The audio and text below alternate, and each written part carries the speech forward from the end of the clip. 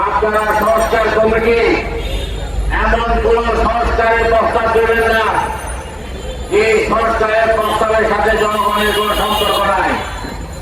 আমরা আন্দোলন করেছি, সংগ্রাম করেছি, আমরা দেখতে পাচ্ছি আপনারা নাকি প্রস্তাব দিচ্ছেন যে ভোটার তালিকায় 17 বছরের কিশোরদেরকে আপনারা অন্তর্ভুক্ত করতে হবে।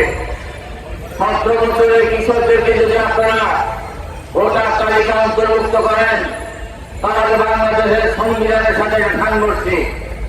কারণ 18 বছরের নিচে যারা আছেন তারা কিশোর, তাদেরকে কিশোর আইনে বিচার করা হয়, তারা অপরাধ করলে কিশোর সংশোধনীতে পালন করা হয়, তাদের জন্য আলাদা আইন আছে।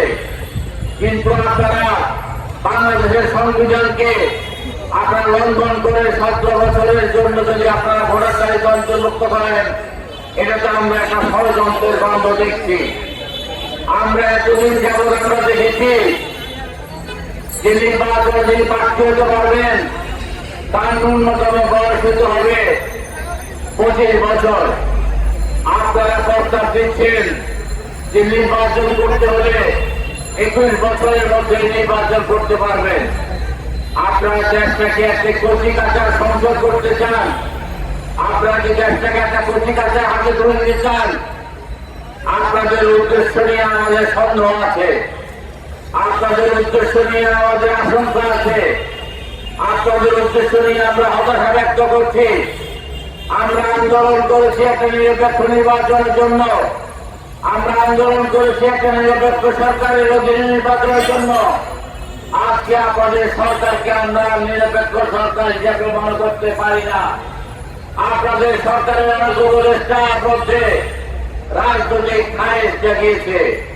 আপনাদের অনেক উপদেষ্টা আজকে ক্ষমতাকে প্রলম্বিত করার জন্য আজকে নানা রকম ষড়যন্ত্র লিপ্ত আছে।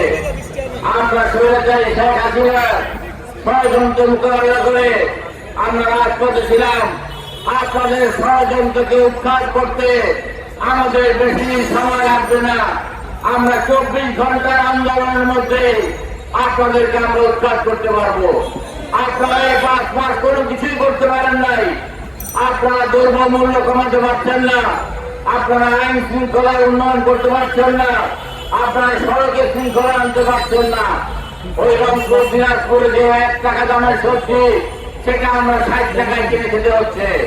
আপনারা সেই সিন্ডিকেট ভাঙতে পারছেন না। আইন শৃঙ্খলার চরম অবনতি, আপনারা সেটা আপনারা উন্নতি করতে পারছেন না। আপনারা সড়কে কোন শৃঙ্খলা আনতে পারছেন না। গত 1 বছরের সড়কে প্রায় 10,000 লোক মারা গেছে। আপনারা স্বৈরাচারী প্রচেষ্টাদেরকে আপনারা গ্রেফতার করতে পারছেন না। আপনাদের আমাদের এই আন্দোলনের প্রায় 1500 আপনার শহীদ হয়েছে, আপনারা 1500 জনকে গ্রেফতার করতে পারেন নাই। আপনার 30,000 আমাদের আহত হয়েছে, আপনাদের গ্রেফতার থেমে গেছে। আজকে আওয়ামী ফ্যাসিস্টরা আজকে বিভিন্ন জায়গায় সংগঠিত হচ্ছে, আপনারা তাদেরকে আশ্রয় এবং প্রশ্রয় দিচ্ছেন।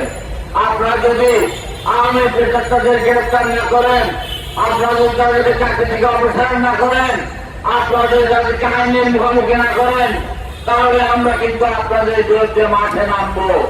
আমাদের মাঠে আমার অভিজ্ঞতা আছে। আমরা ওই রক্ত দিবসে শেখ হাসিনার বিরুদ্ধে আমরা মাঠে নেমেছি, রক্ত দিয়েছি, আমরা জেল জুলুম নির্যাতনের শিকার হয়েছি। আমরা চাই অন্তর্বর্তীকালীন সরকার কোন বাঁকা পথে না গিয়ে সোজা পথে সিরাজুল মুস্তাকিমকে অনুসরণ করে আপনারা একটা নির্বাচন দিয়ে নির্বাচনী সরকারের হাতে আপনারা রাষ্ট্রের দায়িত্ব পালন করে আপনারা সমস্ত ক্ষেত্রে ফিরে যাবেন। আপনাদের সুনাম আপনারা রক্ষা করবেন। আপনারা আপনাদের যে জাতি দায়িত্ব দিয়েছে সে দায়িত্ব আপনারা পালন করবেন। পরিশেষে বলতে চাই, আমরা একটা নির্বাচন চাই। এই জানুয়ারি মাসের মধ্যে সংস্কার কমিটি যে সংস্কার প্রস্তাবগুলো দেবেন, রাজনৈতিক দলের সাথে আলাপ আলোচনা করে ঐক্যমতের ভিত্তিতে সেটা গ্রহণ করে আপনারা জুন 25 সালের জুনের মধ্যে আপনারা নির্বাচন দিয়ে আপনারা রাষ্ট্রকে একটা সুন্দর রাষ্ট্রে পরিণত করার আপনারা সুযোগ দেবেন।